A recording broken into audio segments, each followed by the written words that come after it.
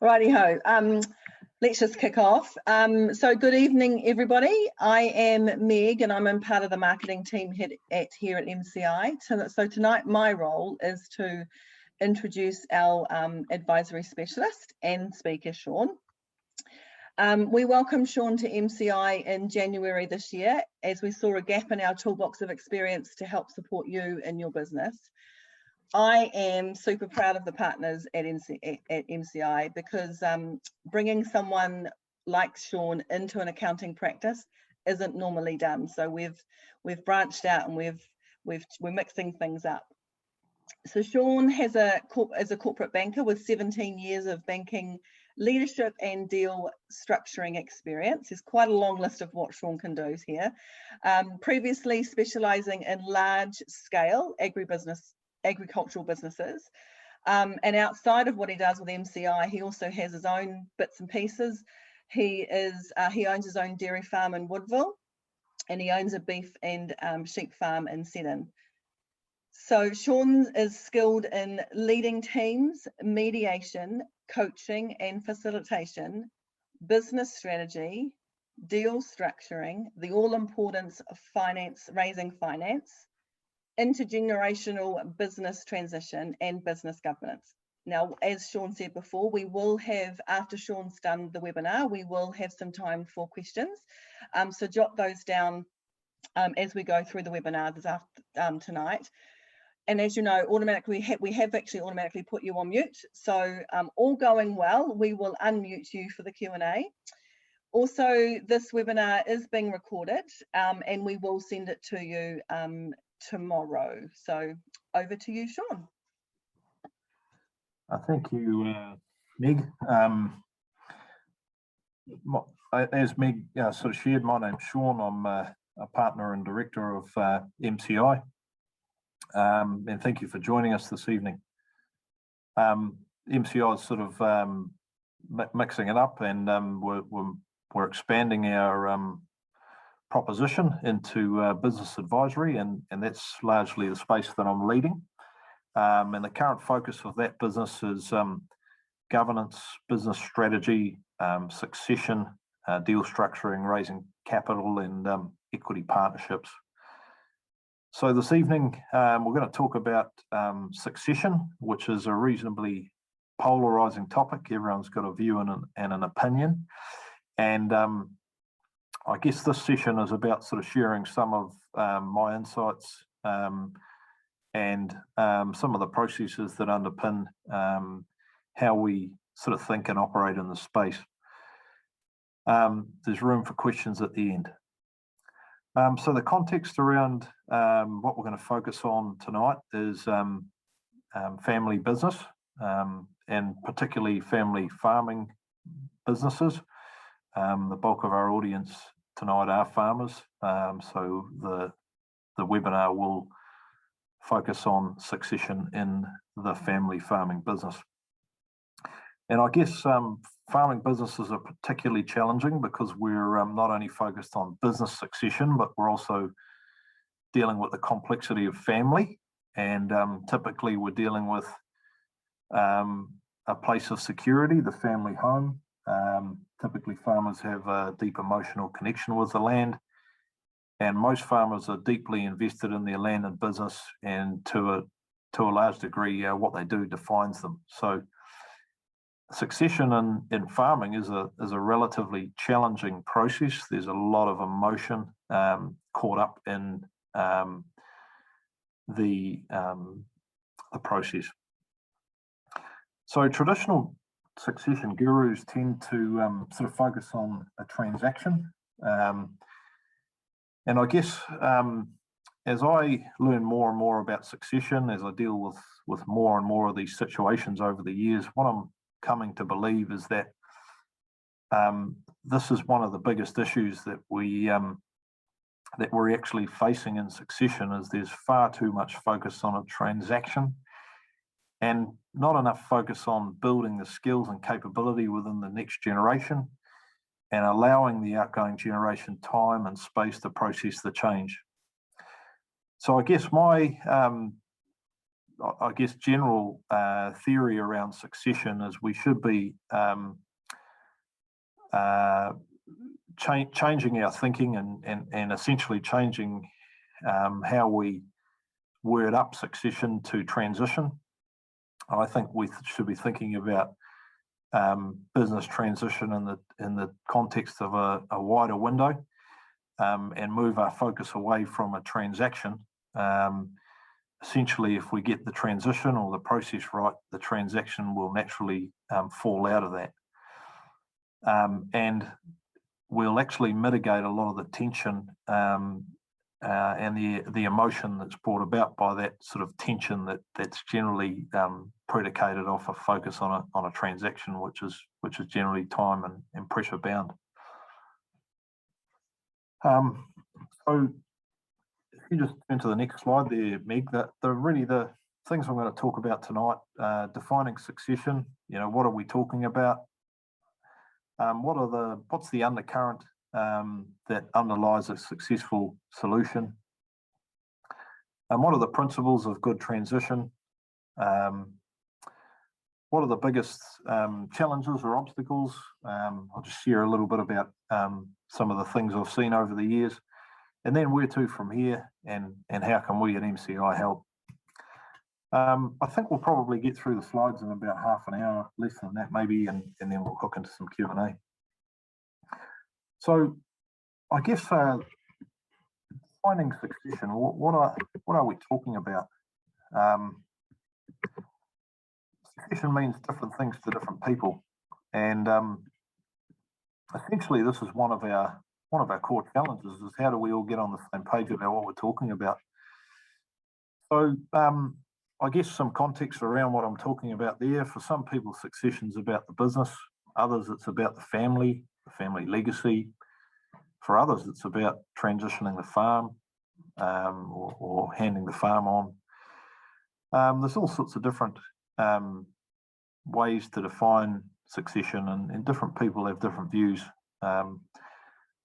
You've got this probably very traditional kind of mindset around the farming child or the farming son gets the lion's share of the capital, versus, I guess, the emerging mindset of how do we create a fair platform in terms of the distribution for all. And I'm finding more and more families are moving away from, the fair isn't always equal kind of mentality that probably has defined the space for a long time. Most families I'm talking to now are trying to create some sort of equality and really trying to create a platform for transparency and fairness. Another point that I just wanted to raise is this concept of, are we talking about the family farm, or are we talking about the family capital base? And for some families, that they're really fixated on the asset. This is an intergenerational farm that we've owned for a few generations now, or maybe even one. But this is about succeeding the farm as opposed to necessarily succeeding the capital base. Other families, it's about the capital and how do we transition that from generation to generation. So there's all sorts of different ways of thinking about or defining succession, and it's really important that you spend a bit of time thinking about this and trying to define what it is that succession really means to you. What is it that you're actually talking about? For me, I've got a view that again, there's far too much focus on a transaction and too little focus on a transition. What I really mean by that is, we tend to pour a lot of energy and effort into trying to structure and implement a good transaction around succession, and that's often at the comes with a bit of slippage in terms of business performance, and often we see businesses actually go into a lull or underperform for a period until the incoming generation builds the skills and the capability and gets the handle of the business. And so I think this process can largely be managed better if we think about it as an evolution. And in my view, the market is moving away from that traditional focus of getting a deal away, transacting, selling the business from one generation to the other. We're now really starting to talk about a transition. So I'll talk a little bit about the undercurrents on the next slide there, Meg. So for any succession transaction to have a good hard foundation, there's some basic principles that we need to have in the business. The first of those is that if you don't have a profitable business, you don't really have a foundation for succession. If a business is struggling to support the current owners, how are you going to encourage another owner effectively to own it? And how are you going to accommodate a second family, if you like? So, in order to have an option to succeed a business, you first need to make sure that it is profitable. Secondly, what does the outgoing generation want? What does the outgoing generation need? We need to be clear about that. And all too often in these sort of traditional succession transactions, the outgoing generation or the older generation is typically sacrificing their quality of life, their access to capital, their ability to live the sort of lifestyle they perhaps deserve, given the effort they've put into the business over the years, in order to facilitate a good transaction for the incoming generation. And so we need to try and get really clear about what is it that the outgoing generation actually needs and what do they want, and really that should form a base foundation for what it is we're trying to do. And really, if we're not able to do that, then we've failed. A motivated successor, every succession transaction I've been involved with over the years requires a motivated successor, someone who's actually not only motivated and excited about taking the business forward, but also able to. And what I mean by that is nearly every deal I've done over the years requires the incoming party to actually improve the business's performance, improve the business's profitability in order to underpin a deal. A couple of other principles that we really need to see in order to have a good foundation: mutual respect amongst the parties. There's got to be a healthy respect there, and it's critical. A willingness to make hard decisions.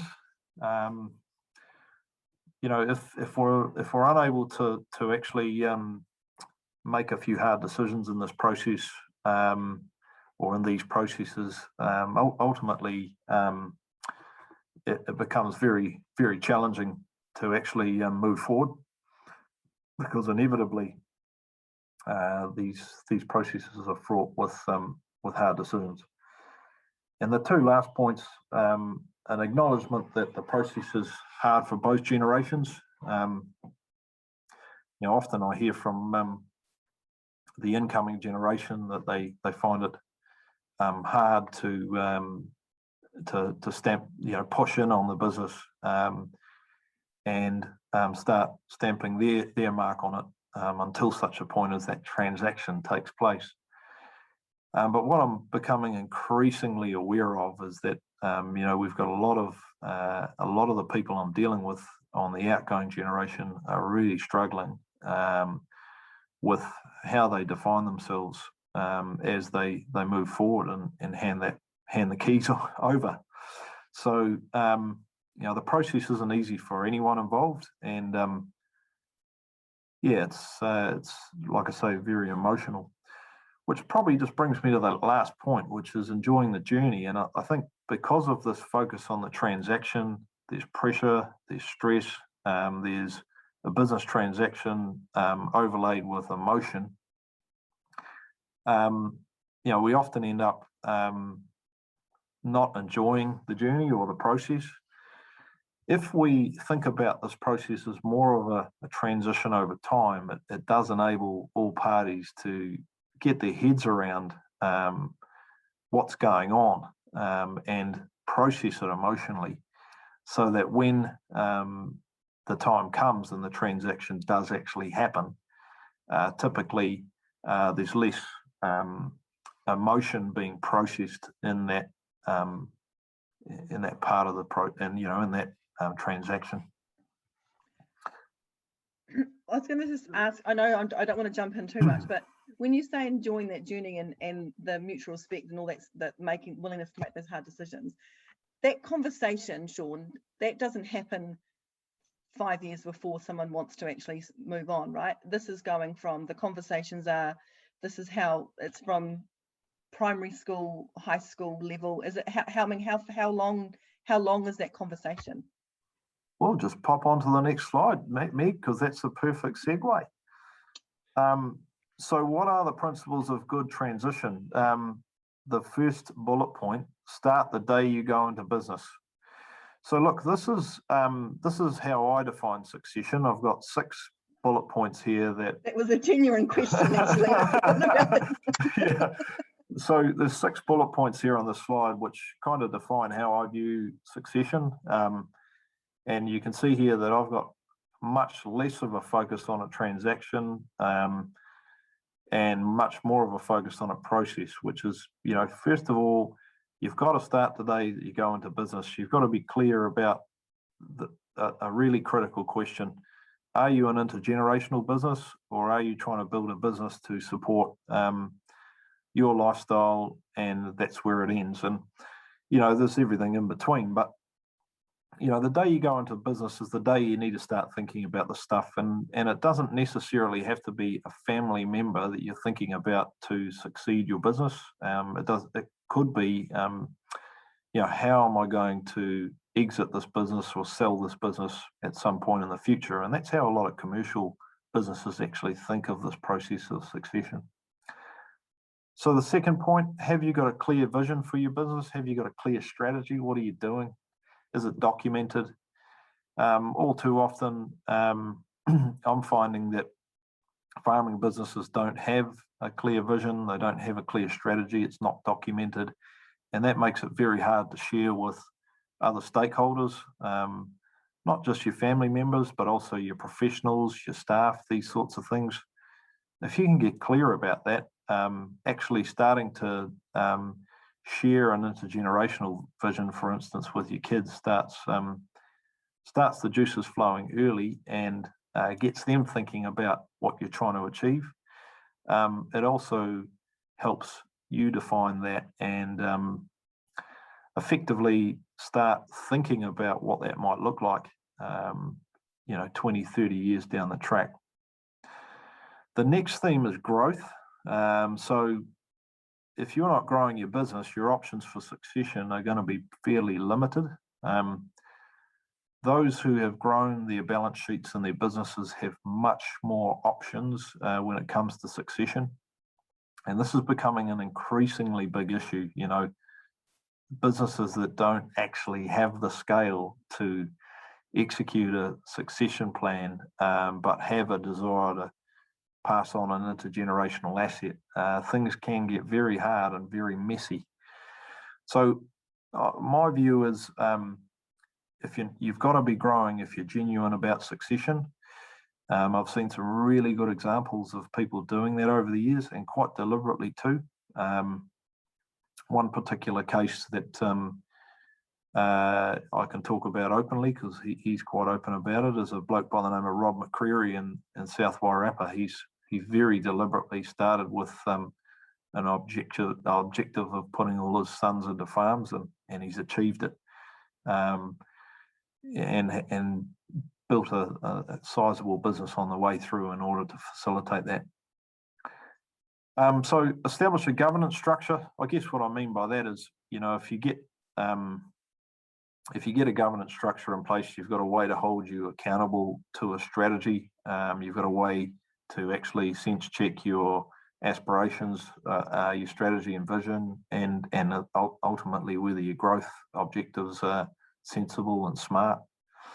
And a governance group, whoever that might be, will also help you shape that vision as you move forward, and potentially form a bit of a backstop in the event where you fall off the face of the earth. There'll be a group there that can help take that vision forward.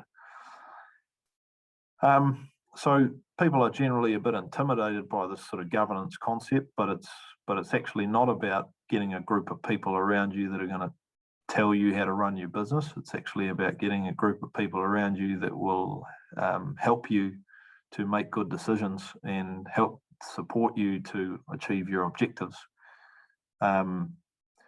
Typically that group is more about sense checking things and supporting you, and you don't need to appoint formal directors. You can do that, or trustees. You can do that via basically an advisory board structure, which just really means a bunch of people that you trust and respect sitting around the table with you periodically to basically sense check decisions in your business. The last 2 points are really around clear roles and responsibilities. So yeah, you've got an intergenerational business. What are each party's clear roles and responsibilities within that business? I see this as a pretty big issue for a lot of large-scale family businesses. You've typically got a figurehead who's got the strategy up here in the head, struggles to articulate that to the other family members. They get frustrated. They've got a role in the business, but they don't really see a vision or a future or a strategy that they can buy into and be a part of. And there's no real framework to develop their skills so that they can later run that business. And that's really why that governance structure and those clear roles and responsibilities are so important. Give people something that they can grow themselves through, and really through that you're growing your options around succession. So one group I'm working with at the moment, the son's come home. He's been in the business a couple of years. We've realised that the core principles of the business are probably 5 years away from hanging up their boots. The son's in his late 20s. He's not ready. So we've set up a governance structure, and we're embarking on a CEO development program, if you like, whereby basically myself and the two business principals, his parents, are actively working with him on a plan to upskill him. And at the end of that 5-year journey, he'll be ready, if not sooner, to assume the role of running the business. And that's a $40 million business. So it's quite a serious kind of a role and a serious undertaking to get him upskilled and ready. And the sixth point there is around professional support. And this isn't about pushing my agenda particularly. It's about making sure that you have got someone involved that can help you in this transition journey. One thing that I'm finding in a lot of cases I'm working with is that people invite a succession expert in for a short period of time to support and facilitate a transaction. And often that individual knows very little about the family until they're invited in, knows very little about the history of the business, the people involved, all of the things that make the business sort of tick. And all of a sudden they're at the table and they're sort of leading this quite critical decision or this quite critical process. And ultimately, sometimes that works and sometimes it goes horribly wrong. And so my view is that you need professional support involved on a more enduring basis. You need someone or maybe multiple parties who have a connection with a business over a long period of time and a connection with a family over a long period of time. And off the back of that, they're better positioned to support the family and support the business to move through this process in a really good and effective way, which is not about speed dating or pushing transaction. It's about taking our time to actually support families to structure a really good deal, make a good decision, and empower the incoming generation to build the skills they need. So the next slide is just what are the biggest obstacles. I'm really just throwing this in here to get people sort of thinking about, are any of your particular mantras or mindsets an obstacle that you need to overcome or think about? So the first is, everywhere I go, I see these businesses that just don't have the scale to execute succession. You've got, sub 4,000 stock units. You've got debt. There just, in a lot of cases, there just isn't a model, unless it's extremely high performing, to support a succession transaction without the outgoing generation sacrificing their quality of life beyond the business. And that really isn't a great platform for successful succession or transition. So scale. Is your scale in a place where it needs to be to support a truly good quality succession transaction? Marginal profitability. Succession requires profit, and generally, or nearly in every case, it will require an improvement in performance and profitability beyond the transaction itself. So if you're not focused on really optimizing business performance, optimizing profit here and now, you need to be, because it is a fundamental pillar. And often, not often, in a lot of cases, probably more than 30% of the cases I've worked with over the years, this is actually the fundamental issue, is we don't have a profitable business to start with. And we don't have the capability at the moment to deliver profit. The third point there is an operational focus. This isn't a bad thing. To get good profit outcomes, you need to have an operational focus, but you also need to be able to raise out of that operational side of the business and take a strategic lens on your business. And I've got a really good example in the Manawatu where I'm working with some people who have got sort of circa 90 mil of assets, and they've built this business working hard, seriously hard, and they cannot actually execute succession because they're so immersed in operational performance and focus, and there's basically huge tension amongst the family because the principals are just focused on operational performance and nothing else, and so essentially the focus is on how the kids get into a space where they're delivering the same sort of operational outcomes as the principal generation. And ultimately, let's face it, people are looking for more balance and better outcomes from their business in this day and age. So sometimes that operational focus gets in the way. Outgoing generation is not willing to let go.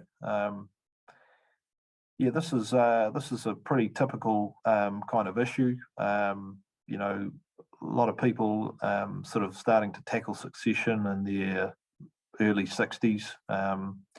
They've still got 5 or 10 years worth of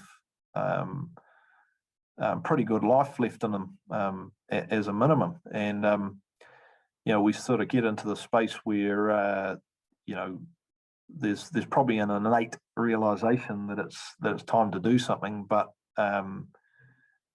people are still having fun, they're still enjoying what they're doing, and often there's a unwillingness to actually let go and start handing those reins over.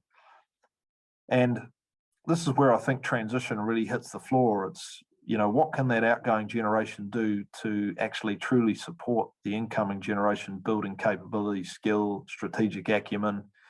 The process should be fun, and it should be about passing on skills and information, and coaching and support and facilitation. And often we're sort of losing sight of that because it's this focus around I'm selling you my asset, which I've spent the bulk of my life building and contributing to, and that becomes I guess it becomes a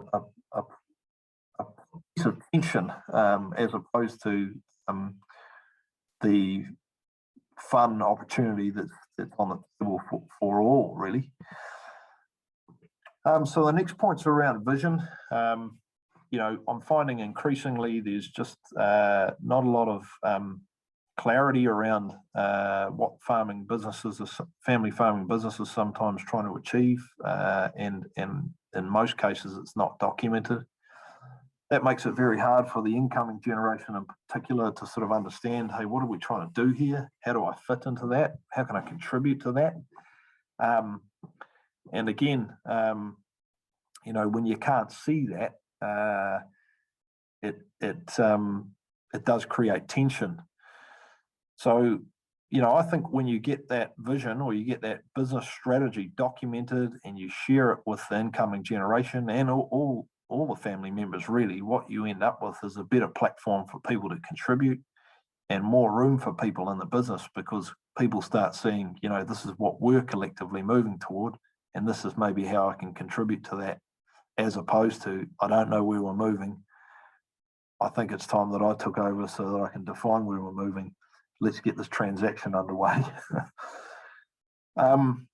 Too much focus on structure and not enough focus on skills and capability. I'm talking about the business structure there. So again, this theme of let's get on with transacting a deal where I sell to you or you buy from me. In my mind, that should just fall out of the process. If we're spending enough time, working together to build skill and capability, to collectively define a strategy and where we're moving, the transaction kind of falls out of that. It becomes a natural thing. And often what I'm finding is where we can really get that vision out on the table, we've got a greater platform for generations to actually work together. Often when that vision comes out, what actually happens is, we actually move away from this is a transaction for you to sell to me, and maybe towards something like an intergenerational collective vision that we're both working toward, or both generations are working toward. And effectively, now that we've agreed that, we can build a platform to actually work together to grow this business. We can build a platform to accommodate everyone. The last point is around no successor being evident. This is a big issue. Lots and lots of businesses don't have a successor.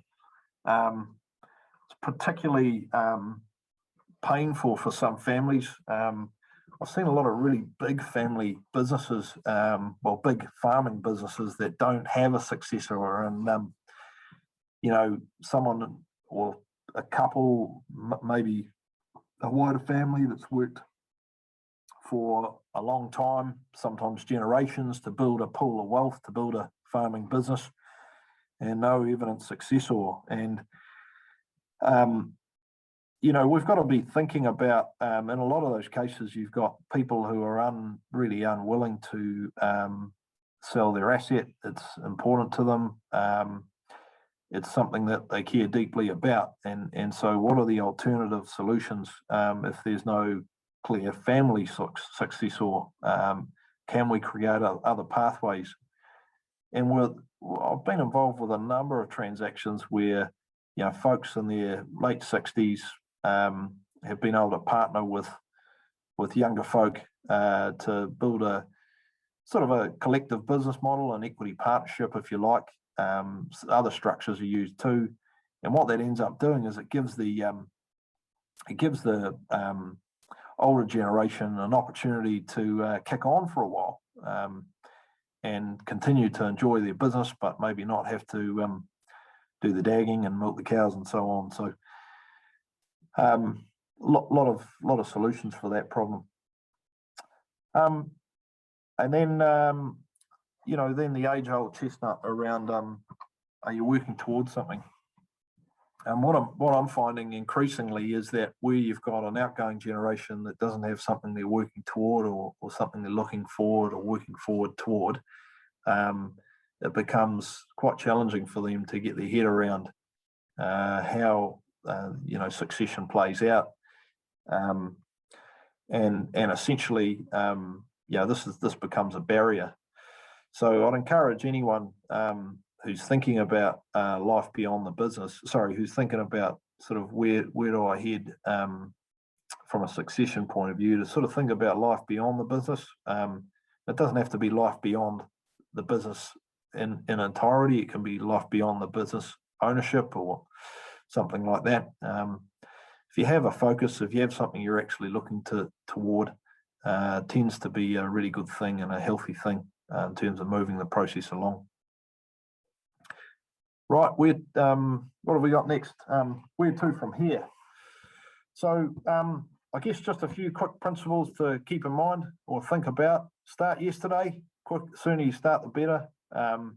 First day you're in business, you really should start thinking about this.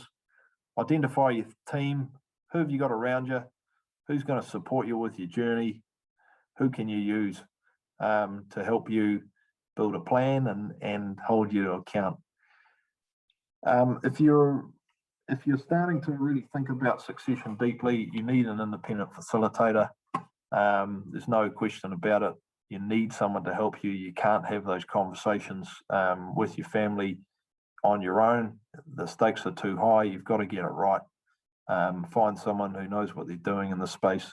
Bring them in, and ideally bring them in well before you're actually thinking about transacting. I would recommend at least 5 years prior. Establish your current position. What is it that what is it that your business looks like effectively? What are the options? Are you profitable? Have you got a good balance sheet that provides options? What are the options that surround the business? Next slide, Meg. Defining the vision. What's the long-term goal? What's the vision for the family, for the business? Get it on paper. Establish your needs. If you're an outgoing party, get really clear about what it is you need. Not just what you need as far as an income stream goes. What do you need in terms of capital, security? What are you working toward? Where's the journey going to take you?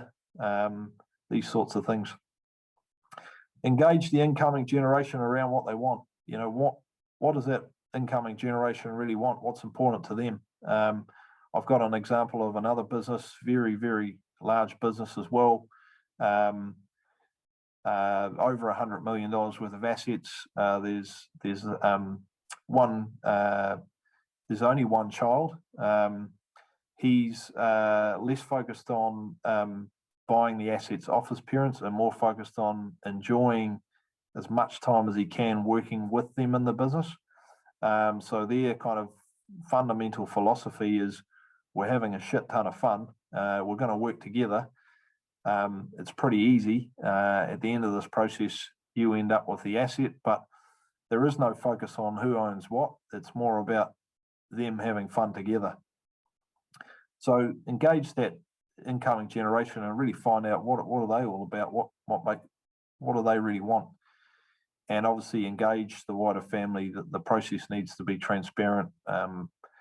Non-farming siblings, non-farming family members need to be a part of this process, and the sooner they can be a part of it, the better. Right. I'm thinking with half an hour's run over, so I'm just going to quickly touch on how MCI can help, and then we'll hook into some questions. So I guess the guts of it is MCI have advisory specialisation. There are a number of parties in the team that have been actively working in the succession and transition space for a long period of time. But we're trying to really sharpen that up. And so our advisory business are going to be our specialists around succession. And, we can help you with succession, but we'll leave the accounting and the tax to the experts. And so I guess the point of that is if you need advisory specialisation, we can provide it, but we don't necessarily have to, we can come in and help you case by case and situation specific and on special projects, but we don't have to, effectively step into your accountant's boots. We do actually work with other accountancy firms and other professionals in the market. About 70% of my work's actually with non-MCI clients. So we do offer our services to that wider market, and we work collaboratively with other accountancy firms. One thing I did note earlier is that your professional team's important. You want all those people to be working together and collaborating. We will help you to identify where you're at in the process and develop a plan that's relevant for your business. Every business is bespoke. Every plan is different. Anyone who tells you they've got a succession process probably isn't quite as sharp as they could be. These situations are bespoke. We need to be building a system, building a process, building a plan that's bespoke for you and your business. We're going to focus on transparency and really fairness. So, that's about engaging that wider family as part of the process. Next slide there, Meg. Helping you to define and document a vision or a strategy for the business. We're doing a lot of that. We're also doing a lot of governance, advisory structures, just setting up advisory board structures to support people. And again, that's not about people telling you how to run your business. It's about support. Two heads make a better decision than one. Multiple heads make better decisions than two. We help you clarify roles and responsibilities. We can help you with that and help you ensure that your basically family members have a meaningful role in the business and understand how they can contribute. Coaching and facilitation, taking your family through the process professionally, and obviously support with engaging that wider family member base and the wider base of stakeholders. So I'm going to leave it at that. I'll run over a little bit. We're going to open it up for questions. So we are going to open up for questions, but what I am going to do, if you've got a question for Sean, can you put your hand up on the Zoom thing? Then I can actually allow you to talk. So has anyone got a question for Sean?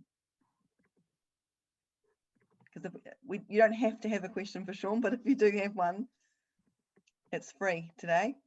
Oh, Aaron, here you go. Let me just do this. Here you go, Aaron. You need to that's it.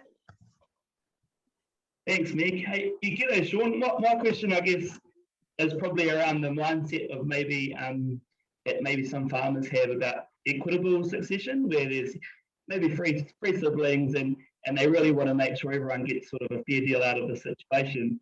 It's something that I probably have talked to clients in the past about a fair few times, and it's probably something I'd like you to sort of explain the conversation you have about maybe it's not a third split, and that maybe that's not the fair way to do, or to go through sort of the succession.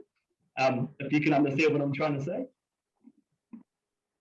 Aaron, I certainly can. I mean, this is a massive issue in this field. So this is a concept of fair isn't always equal.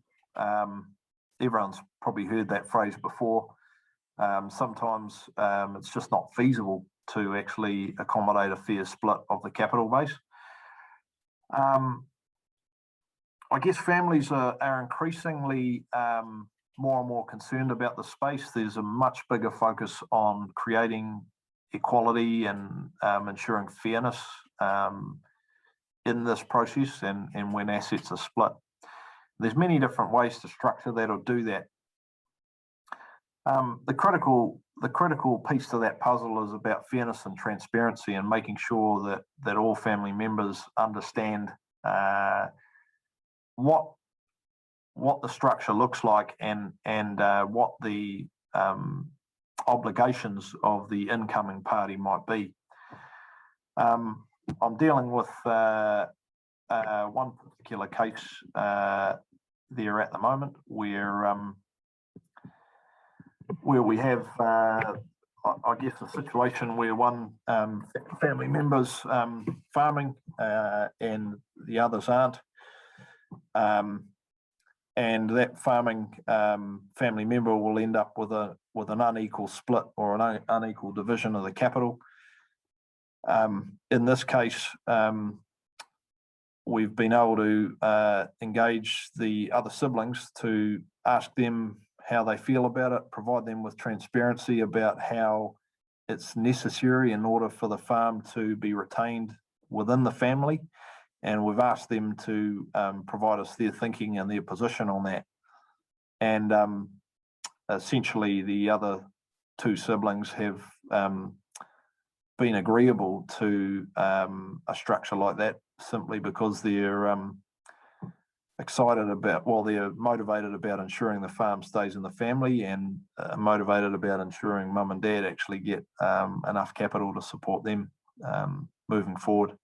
So it's about fairness, it's about providing transparency and actually asking the family to have a contribution or have an input into that decision with all of the information made available to sort of support what would appear to be the sensible pathway. I suppose that's why those early conversations and open, honest, authentic conversations with family is so important, right? So if some decide not to stay on farm and others do, then it's not a huge shock, and the conversation and the process goes a lot smoother than a big surprise, right? Agreed. Yeah, no, I think that's the issue generally where these things go wrong is there's a lack of communication, a lack of transparency, and decisions are made in advance of actually consultation. Consultation doesn't necessarily mean that you have to take everyone's position or wishes on board, but it means that they do actually have an opportunity to have a say and have an input, and most importantly, actually understand the platform. Is there a common sense kind of pathway here that that may be underpinned by an unequal division? Does that help you, Aaron? Yeah, perfect. Thanks, Sean. Cool. Thanks. Does anyone else have a question? Everyone's quiet on you, Sean. They're all quiet, which is okay. That's all right. Well, let's just leave it there, I think, Sean. Thanks so much for jumping in and doing our first webinar on advisory. So tick, first one off the rank. guys, we will be sending you this recording tomorrow. So everyone that's registered will get it tomorrow. So you will be able to have a listen to it at your leisure, as well as Sean's contact details are also on the back of the slide as well. So I think that's it. Let's end it there and all go home. It's 10 to 9 nearly. I might have some dinner myself. I'm not quite sure if everyone else has eaten. But thanks for coming, and we will talk to you soon. Thanks all. Have a good evening. Cheers.